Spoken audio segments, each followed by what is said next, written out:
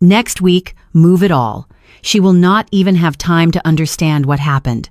I heard my husband say that in Spanish in the middle of the party celebrating 15 years since his company was founded. Warm yellow lights, a red carpet, the sound of glasses clinking.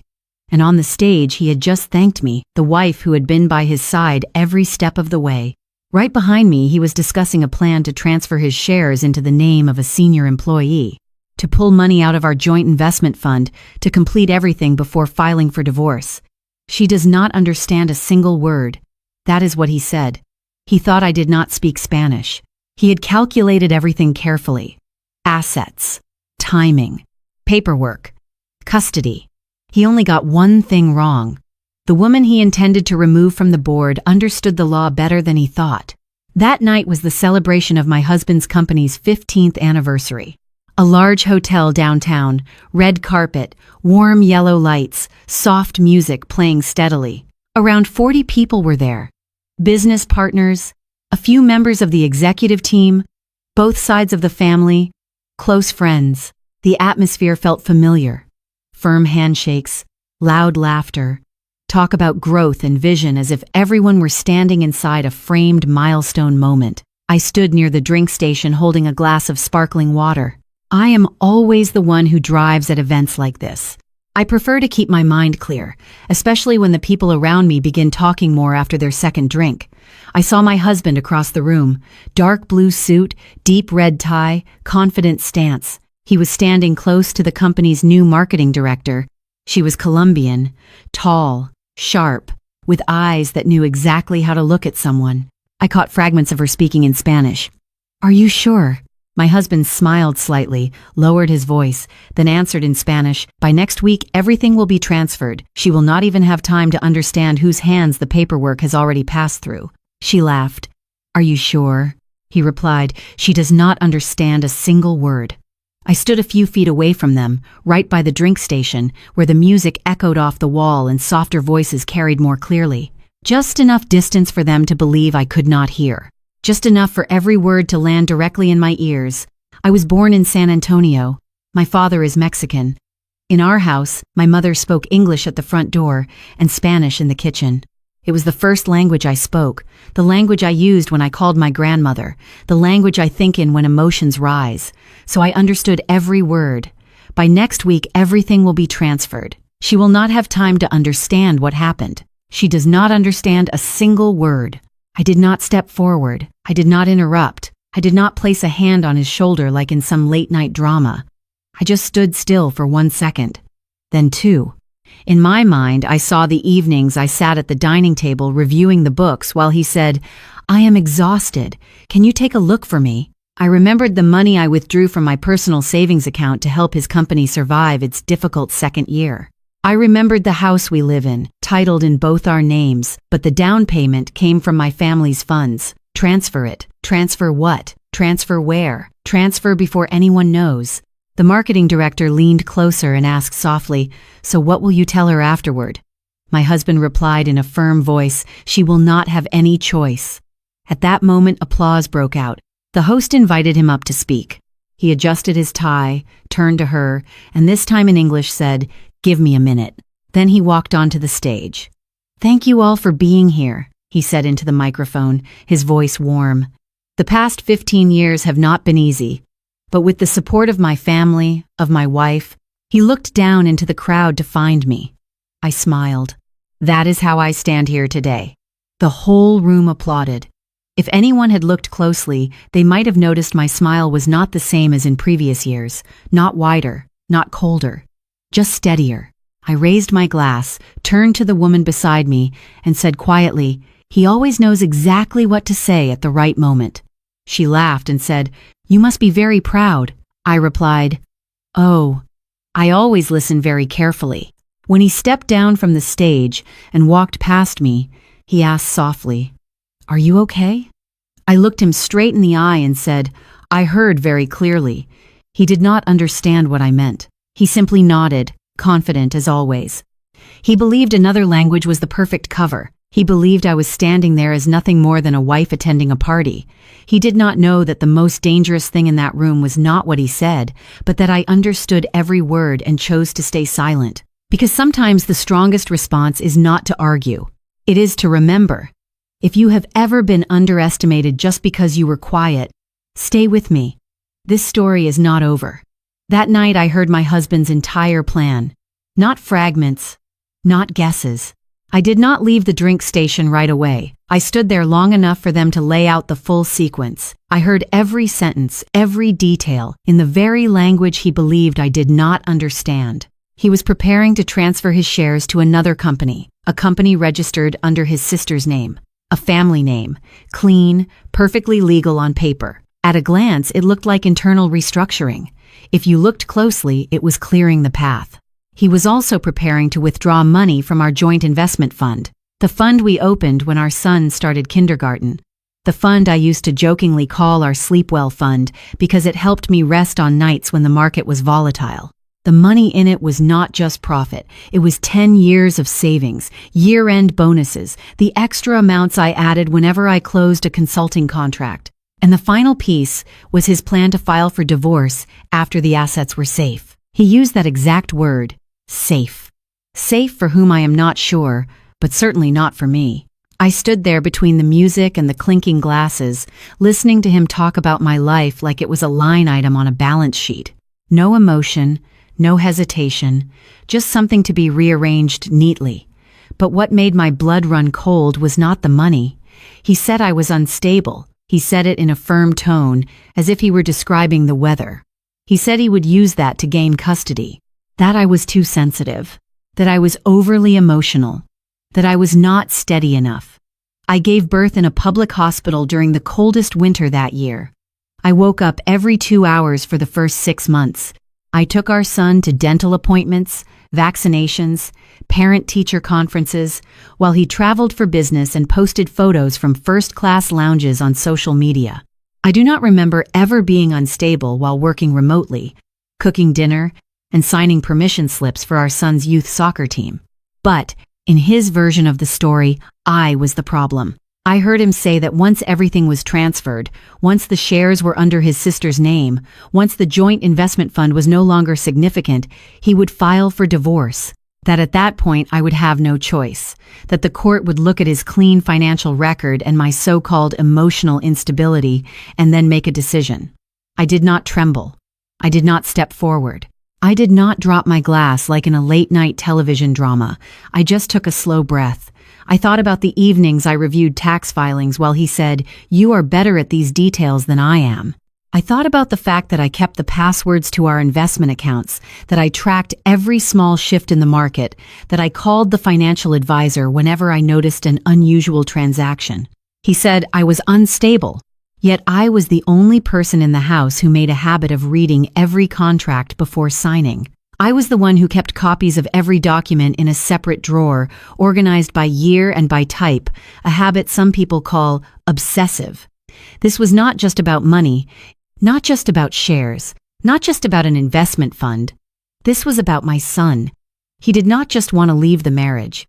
He wanted to walk away with safe assets and our son in his hands, leaving me behind with the image of a difficult woman who could not control herself. I heard his entire plan in a room full of people celebrating his success. It all unfolded between soft music and the scent of expensive perfume. I said nothing, because in that moment I understood something very clearly. He believed I did not understand the language he was speaking.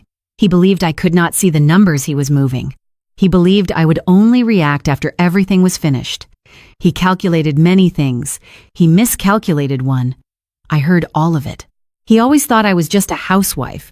The way he spoke about me in front of others was polished, polite, like a compliment wrapped in sugar. He would often say, "My wife stays home with the kids. She is not really into business." People would nod, give a polite smile, and I would smile too. In my 40s, I have grown used to letting other people make their assumptions about me. But there are a few things he does not know, or more accurately, never cared to know. He thinks I am just a homemaker. But I was the one who invested the first dollars into his company. Back then, we did not have a polished office, no staff, just an idea and a savings account I had built from my years working full-time. I remember that afternoon clearly, sitting at the dining table, opening my laptop, transferring the money. He said it was only temporary, that once the company stabilized, he would pay it back. I nodded, because at that time, we were a team. He thinks he built everything from zero. In reality, that zero had an extra zero behind it, and it came from me. He thinks the house we live in is a symbol of his success. But the house is titled in both our names and every transaction record.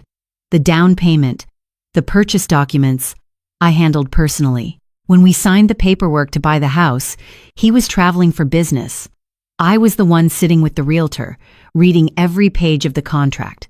I was the one who wired the down payment, the one who asked detailed questions about the interest rate, the one who kept copies of the documents in the filing cabinet in my office. He likes to tell the story of this house at parties, and I know exactly which signatures it was built on. He thinks I do not understand money, but I am the one who keeps all the tax records. I am the one who sits with the accountant every tax season, reviewing every number before filing. I know how much the company makes, how much it spends, and where the cash flow goes. I know better than anyone that financial decisions are not just ideas on paper. They carry real legal consequences. He thinks I just stay home, but I am the one who holds the most important things.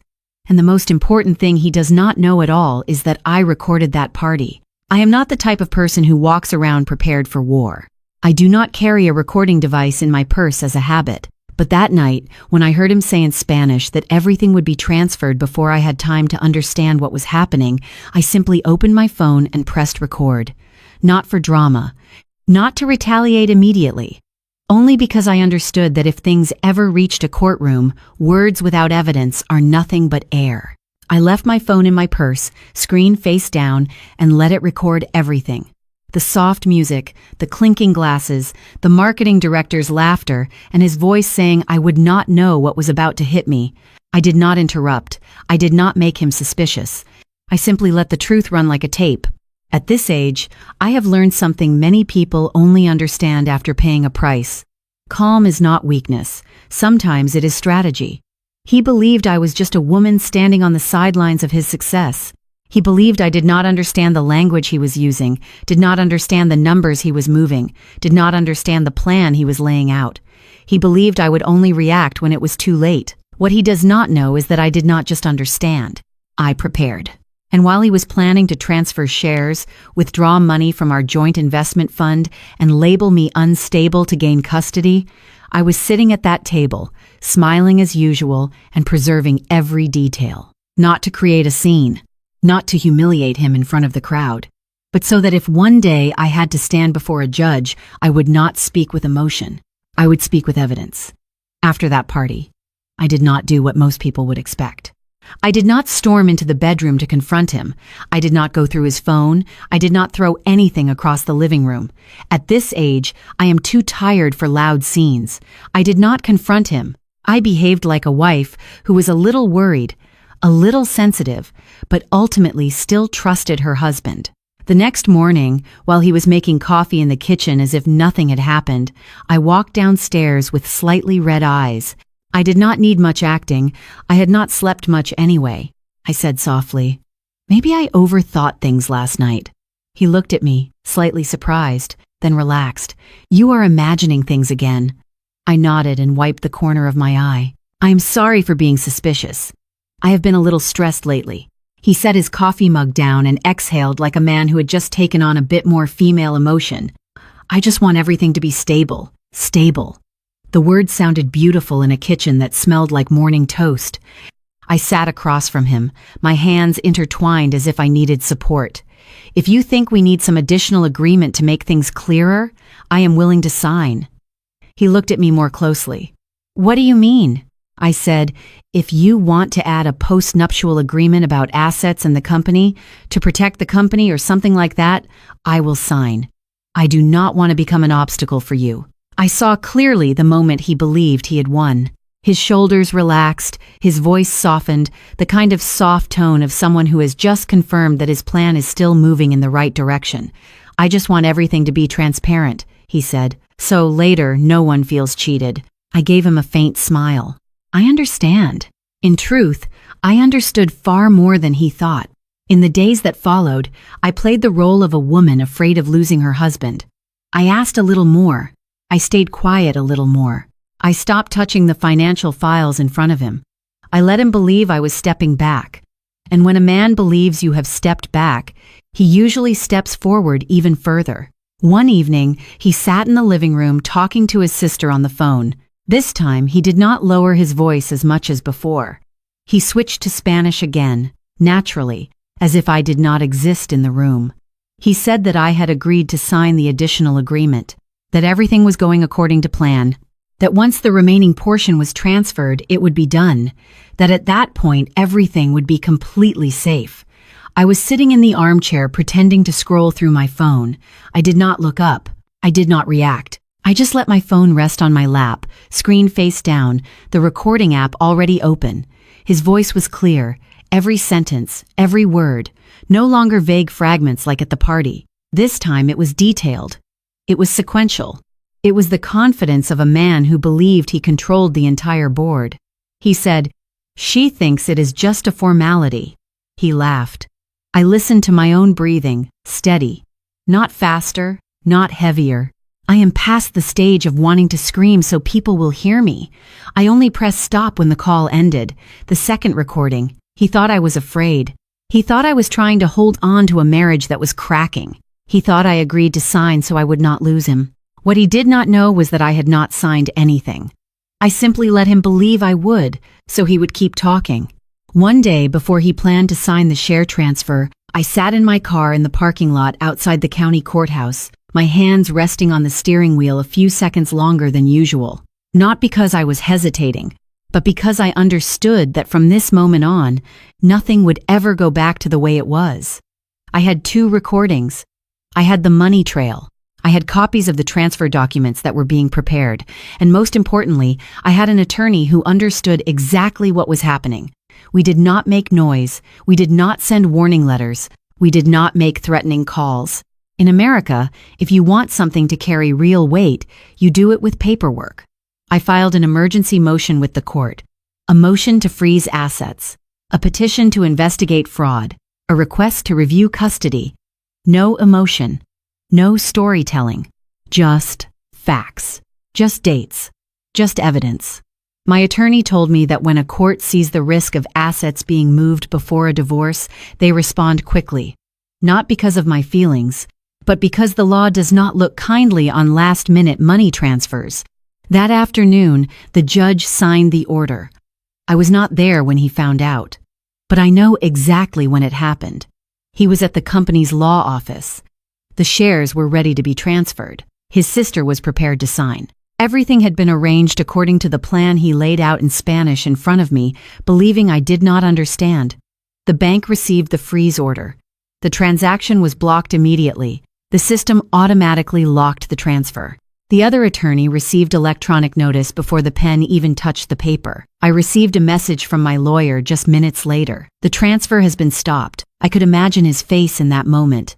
The man who always believed he was one step ahead suddenly realizing the board had been turned.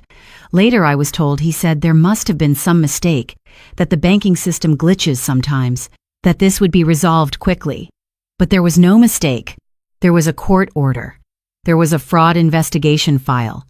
There was a motion to review custody based on evidence that he had intentionally attempted to move assets and portray me as unstable. I did not call him that night. I did not text to ask whether the signing had gone smoothly. I stayed home as usual, cooked a simple dinner, cleared the table, checked our son's homework. From the outside, everything looked completely normal. The kind of normal our neighbors see every day when they walk past. Around 8 that evening, he walked into the house. The door closed a little harder than usual. He looked at me without greeting. "What did you do?" I looked up from the table and set my pen down. "I filed with the court." He let out a dry laugh, the kind of laugh someone makes when they do not believe what they just heard. "You froze your own assets," I said. "I froze our joint assets, before you moved them." He was silent for a second. Then 2. For the first time since the party, I saw that he was no longer certain. "You do not understand what is going on," he said. I looked straight at him. "I understand more than you think." I did not need to mention the recordings. I did not need to repeat the words he spoke in Spanish. I did not need to explain why I filed exactly 1 day before he planned to sign. At this age, I do not argue to win words. I win with timing. A freeze at the 89th minute is not an impulsive act. It is the result of listening, remembering, and choosing the right moment.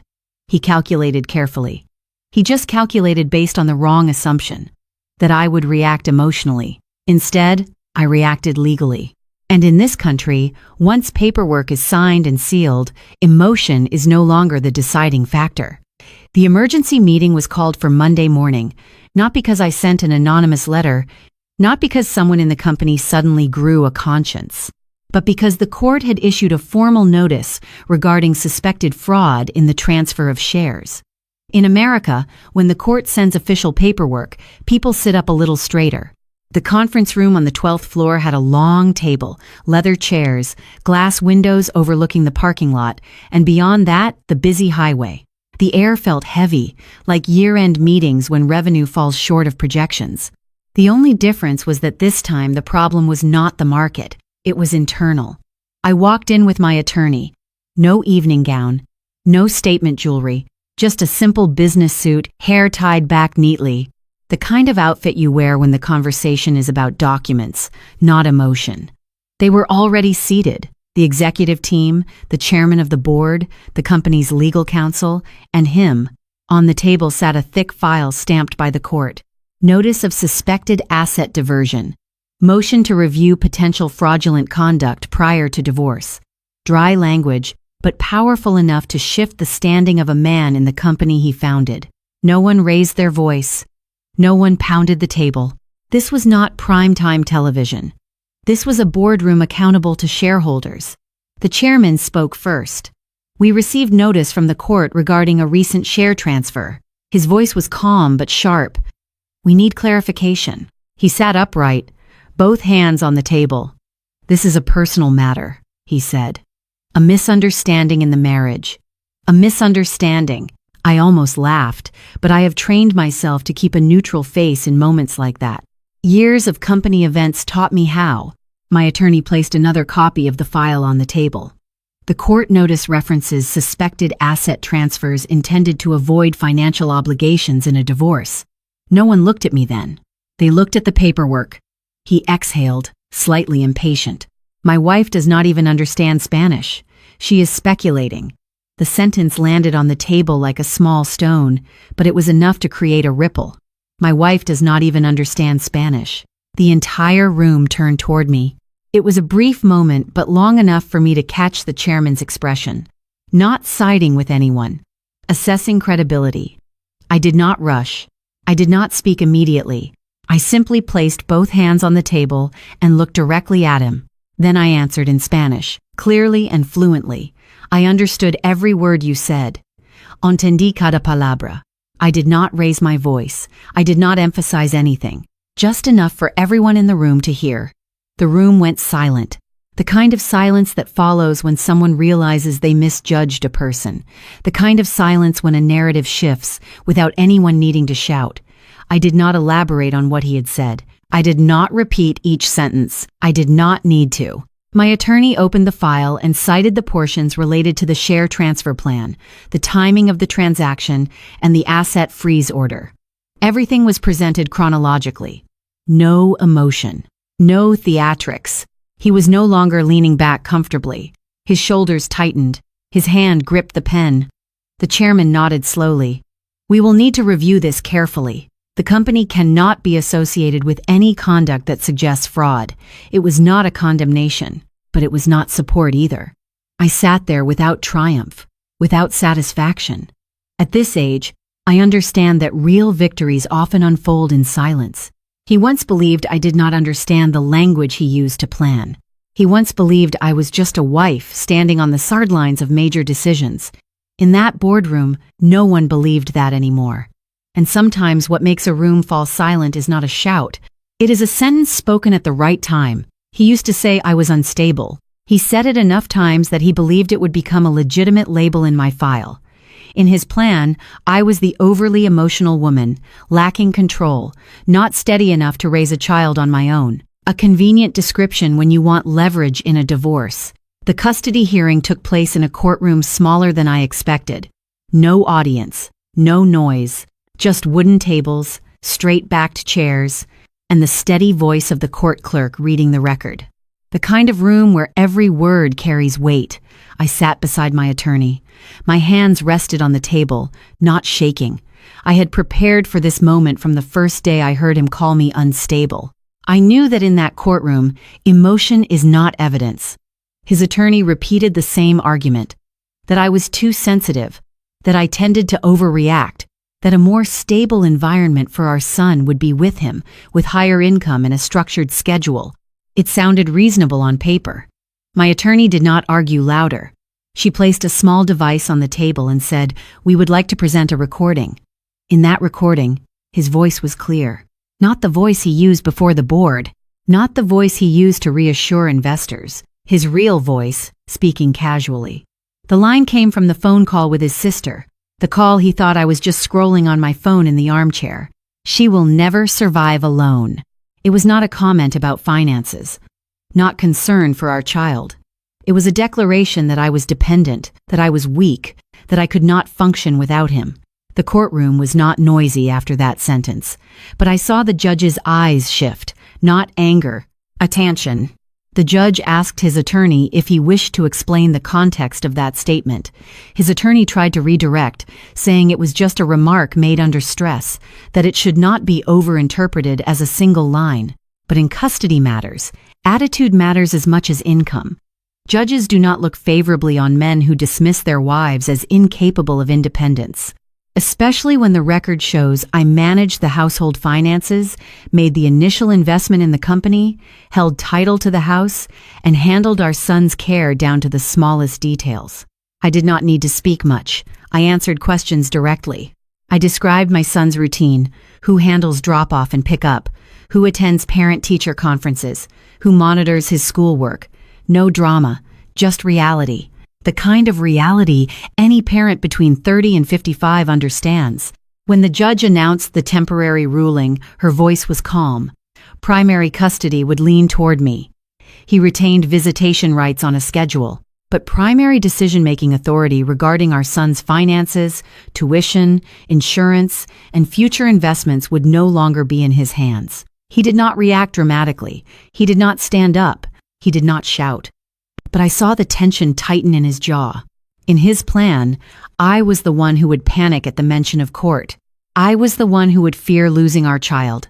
I was the one who would sign anything to avoid trouble. Reality was different. I did not win by humiliating him. I won by letting his own words reveal his attitude. At this age, I no longer care about proving strength to anyone. I care about protecting my child using the legal tools the system provides. He once said I would not survive alone. In that courtroom, I did not argue against it. I let the judge's decision answer for me. I did not go online. I did not write a long post on social media. I did not tag anyone, did not tell the story in half-truths and vague hints so people could speculate. At this age, I no longer believe in public exposure as a solution. I did not need a scandal. I did not need to smear anyone. I simply let the system do its job. Court records are public documents. Anyone who knows how to look can read them. The motion to freeze assets. The request to investigate fraud in the transfer of shares. The attached exhibits. The recording. The timestamp showing when the transaction was blocked. It is all there. Dry, clear, without emotion. In business, a reputation does not collapse because of an angry post. It collapses when partners see legal risk. I did not send the file to the board. The court did that. I did not call shareholders. Their attorneys received official notice. I did not tell mutual friends. News spreads the way it always does in small circles. A week after the hearing, I heard that his nomination for the official chief executive position had been withdrawn, not because someone disliked him, not because I lobbied behind the scenes, but because a company preparing to hand its highest role to a man facing allegations of asset diversion and legal disputes over shares is taking too great a risk. At first he said it was only a delay, that the board wanted to wait for things to settle. But in business, when a nomination is pulled, it rarely returns intact. I did not celebrate. I did not open champagne in the kitchen. I still drove our son to school in the morning, still stopped at the grocery store for milk and eggs as usual.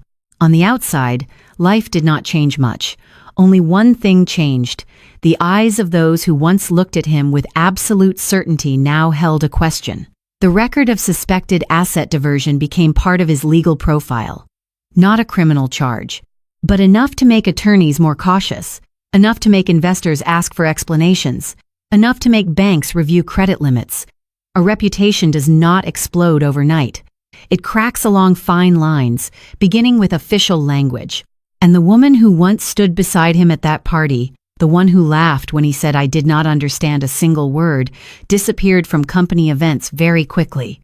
Once she understood he might face civil litigation tied to pre-divorce asset transfers, she stopped appearing in shared photos. I did not call her. I did not send a warning message. I did not need to. Adults understand one thing. When someone may be facing civil litigation, your name should not appear too close. He believed I would be the first to collapse.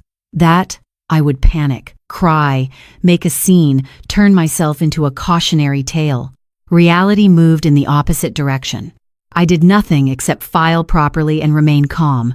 No online scandal, no smear campaign, just public records, just documentation of suspected asset fraud, just a withdrawn executive nomination, just a relationship that stepped away when legal risk appeared.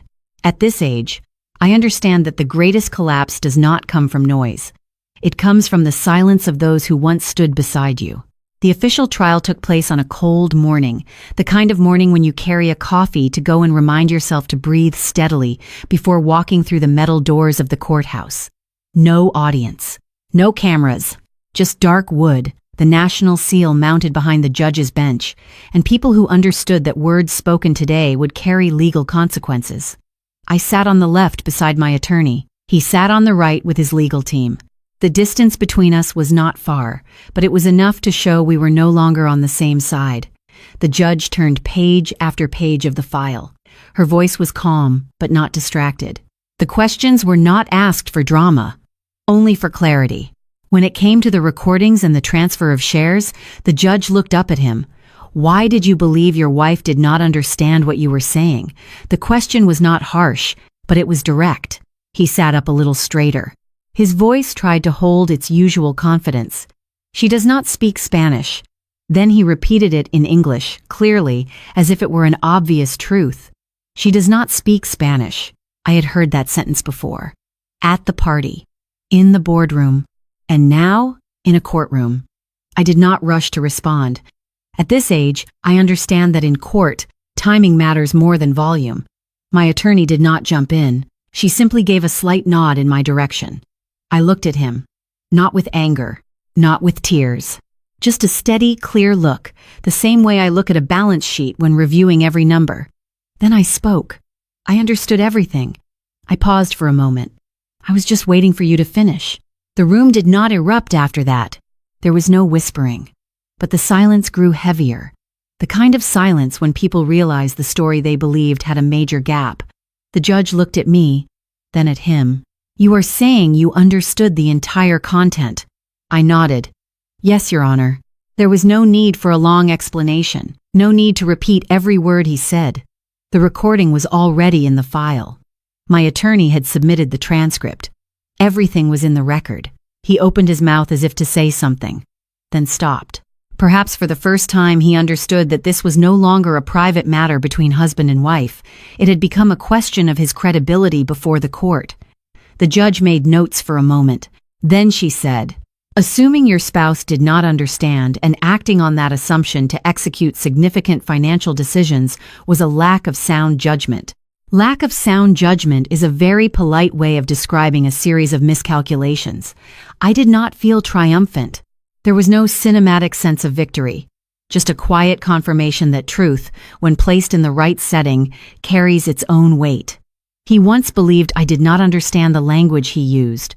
He once believed I would react emotionally, panic, make noise, and weaken myself. Instead, I sat still. I listened. I recorded. and I waited for him to finish speaking. In that courtroom, no one shouted. No one was escorted out. There was only a simple question, a clear answer, and a silence long enough to shift the outcome. Sometimes the strongest move is not what you say. It is letting someone else speak, believing you do not understand, then proving that you understood everything. A few months after the trial, life did not explode into some bright new chapter like in a Friday night movie. It returned to a normal rhythm, and it was that normal rhythm that made me realize everything had truly changed. He moved out as soon as the court order took effect, a rental apartment downtown, neat, fully furnished, but not the house he once proudly showed to business partners. I said nothing about where he lived. I did not need to. Reality spoke for itself. As for me, I stayed in the old house, the house that had been in my name from the beginning. The balcony still faced the front yard, where the maple tree turns color every fall. I often stood there in the evenings after clearing dinner, looking down at the familiar street. The neighbors still walked their dogs, children still rode their bikes in circles. Life was not louder, just clearer. One afternoon, my son stood beside me on the balcony. He looked down at the yard, then looked up at me and asked in a natural voice, the kind of question a child asks that is not naive at all. "Mom, why did not you tell Dad that you understood?" I did not answer right away. I looked at him for a moment. He had witnessed more than a child should, even though I tried to keep everything civil. I did not speak badly about his father in front of him. I only told the truth when necessary. I rested my hands on the railing and felt the late-day breeze. I thought about that party, about the silent boardroom, about the courtroom, about the moment he repeated that I did not speak Spanish. Then I answered, because sometimes the strongest thing you can do is let someone believe they are smarter than you. He was quiet for a few seconds, as if weighing that sentence. Then he nodded and did not ask more. Children sometimes understand more than we think. I did not tell him that if I had confronted his father that night, he might have changed the plan. I did not explain that if I had reacted emotionally, I could have lost legal ground. I did not talk about meetings with lawyers, about the nights I sat reviewing files after everyone was asleep. I only said one sentence, enough for him to understand how I chose to act. He once believed I was weak. He believed I did not understand the language he used to plan. He believed I would react like a wounded woman instead of someone who knows how to wait for the right moment. I did not scream to prove I was intelligent. I did not need to stand in the middle of a boardroom and announce that I was born in San Antonio, that Spanish was the first language I spoke. I simply let him keep talking, keep believing, keep moving further into his own plan. And when everything was clear enough, I used his own words to protect myself. Life afterward was not a loud victory. It was quiet mornings making coffee in a silent kitchen. It was reviewing investment accounts that now carried only my name and my son's. It was attending parent-teacher conferences alone, without feeling the need to prove anything. I am not saying it did not hurt. There are nights when I still lie awake staring at the ceiling, thinking about 15 years of marriage and wondering what changed. But I no longer wonder whether I am capable of living on my own. He once said I would not survive alone. A few months later, I stood on the balcony of my house with my son beside me, and I already knew the answer. Sometimes, you do not need to prove you are smarter. You only need to stay calm enough to let someone believe they are. Then let the truth do the rest. Do not react emotionally when someone is calculating against you. Calmly gather evidence. Use the law and timing to protect yourself and your child. Silence is not weakness. The right kind of silence is strategy. If you have ever been underestimated or outmaneuvered in a marriage, comment the word TINS and remember to subscribe to the channel for the next part.